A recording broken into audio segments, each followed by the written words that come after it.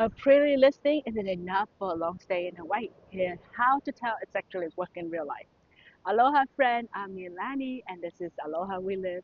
Today we're talking about one of my favorite topics because I see it go wrong all the time. How to actually choose the right Airbnb for a long stay, not just the one with the nicest photos. If you are staying in Hawaii for 2 to 4 weeks and even a few months, your place isn't just where you sleep.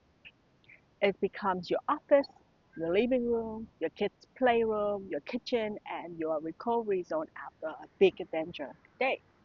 If the space doesn't match your real life, you will feel it very quickly. By the end of this video, you will know exactly what to look for in a listing, how to read between the lines of the photos and reviews, and how to spot red flags before you click book. I will also share with you how to guess your own Ewa Beach unit as long stay home base and a little system I created to compare listings side by side without losing your mind.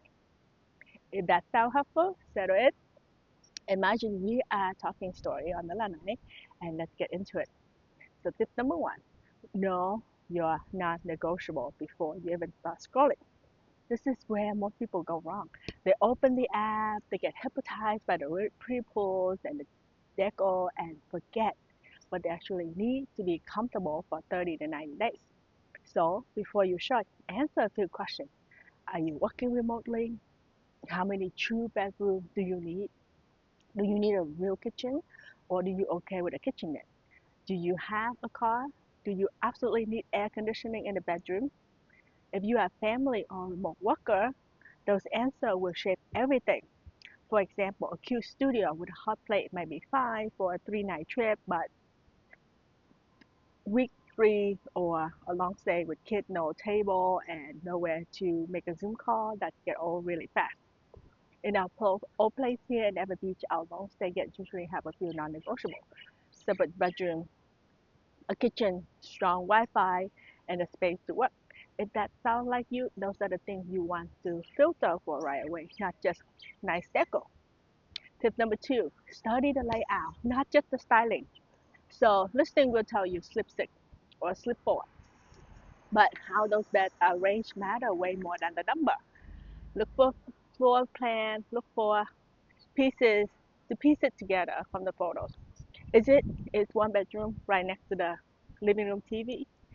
Are there doors that's closed or is everything open? Where are the windows and the natural lights? Is there a real dining table or just a tiny bar with 2 stools? For a long stay, you want to imagine your real days in that layout. Where will you take a call if someone's still sleeping? Where will the kids play if it rains? Where will you eat if you bring home groceries? In a 2-bedroom unit, for example, guests love having a true living area, a separate bedroom, and spaces that can be quiet while someone else is hanging out. I try to show you that clearly in our photos because that's what matters when you are here for weeks, not days. Tip number 3, check the kitchen and the laundry situation carefully on a longer stay. Eating out every meal gets expensive and honestly tiring. The kitchen is a part of your real quality of life. You want to look for a full-size fridge or is it a dorm fridge? Real stove and oven or just a hot plate and microwave?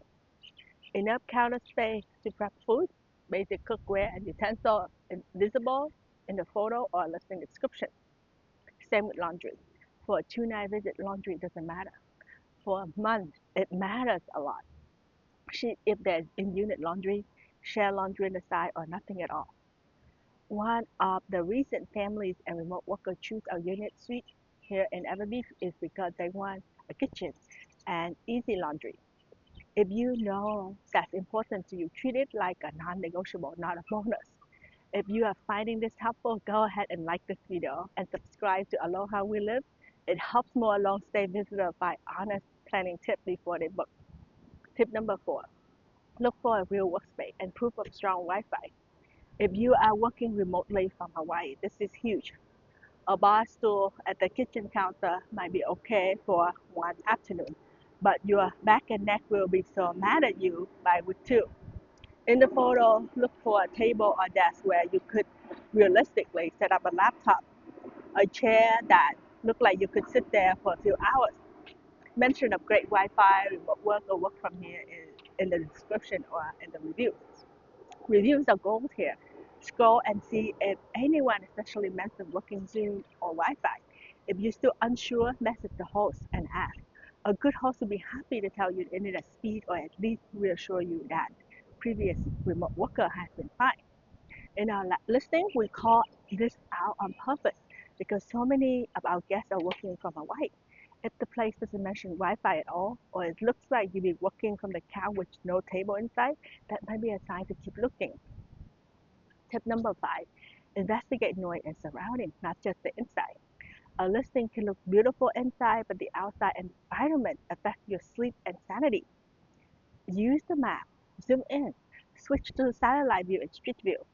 Is it right on a major road, at their bar, club, or a big parking lot right outside?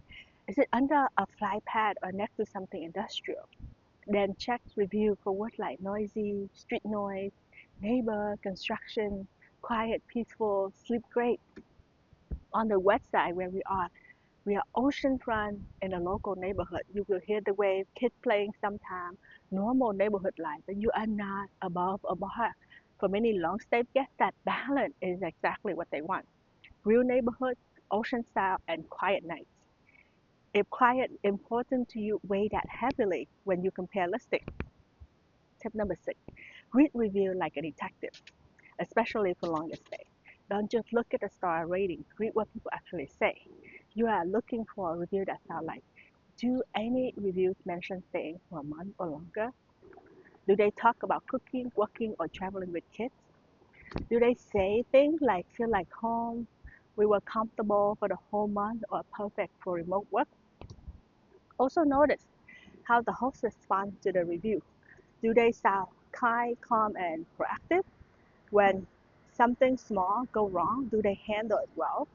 Does that's what you will care about if anything happened during your stay? If the listing had no review at all or just one review from years ago, that doesn't always mean it's bad, but it does mean you should ask more questions.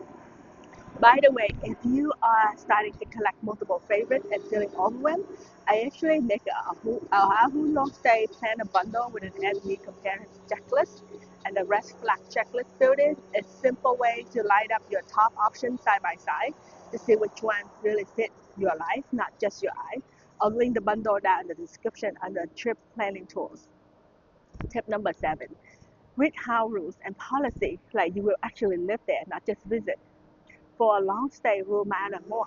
You'll be there through weekday, weekend, maybe holiday. So ask, are quiet hours reasonable? Are there rules about visitor or extra guests that should stress you out?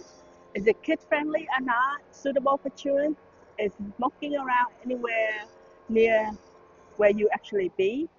How strict are the check-in and check-out time, especially for long haul nights?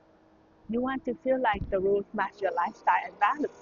If you are a considerate guest who care about neighbors and community, how will the support, quiet, and respect will probably feel good to you. When our guest book with us in Ewa Beach, our house rules are written for exactly that. A peaceful place where everyone can rest, enjoy the ocean, and be a good neighbor. If that resonates with you, you will find a book your stay link for our unit and suite in the description, plus ohanakeys.com if you want to see more photo and book direct. Tip number 8, know your red flags. Here are a few things that should make you pause, especially for long stay. Very few or no review for a place that have been listed for a while. Blurry, dark, or incomplete photos that don't show important areas, like the kitchen or bathroom.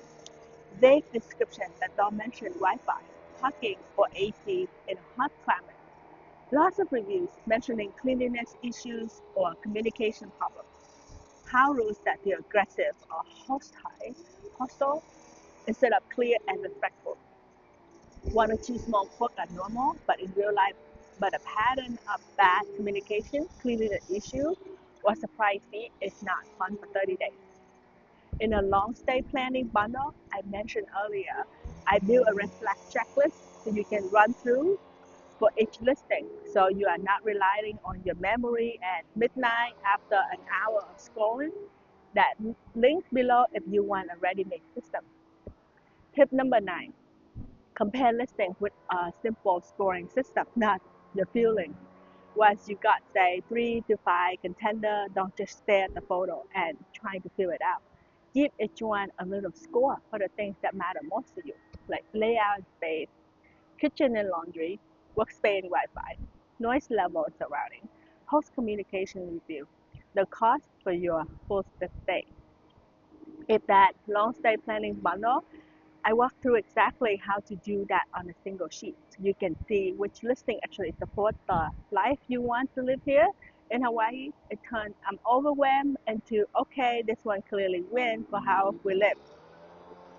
And if you still like, I just want someone who lives here and hosts guests to look at my option with me. I also offer a limited number of one-on-one trip planning calls where we go through your stay length, your family, your work schedule, and your top every option and make plans together. I'll put that link in the description under Plan with me, Alani. Thank you for spending this time with me. If this helped you feel more confident about choosing your long stay Airbnb, please like the video, subscribe to Aloha We Live, and share it with someone you are planning your trip with. If you already know you want a calm ocean home base on the west side, don't forget to check the book your stay link below for your Ewa Beach unit and suite, and visit Ohana Keys for more photo and direct booking info. And when you are ready for the next step, keep watching the Plan Your Trip playlist. This in the next video, we are going to talk about Hawaii weather and my requirements on Oahu, so you know exactly how to pack and plan without stressing over every time the forecast looks confusing.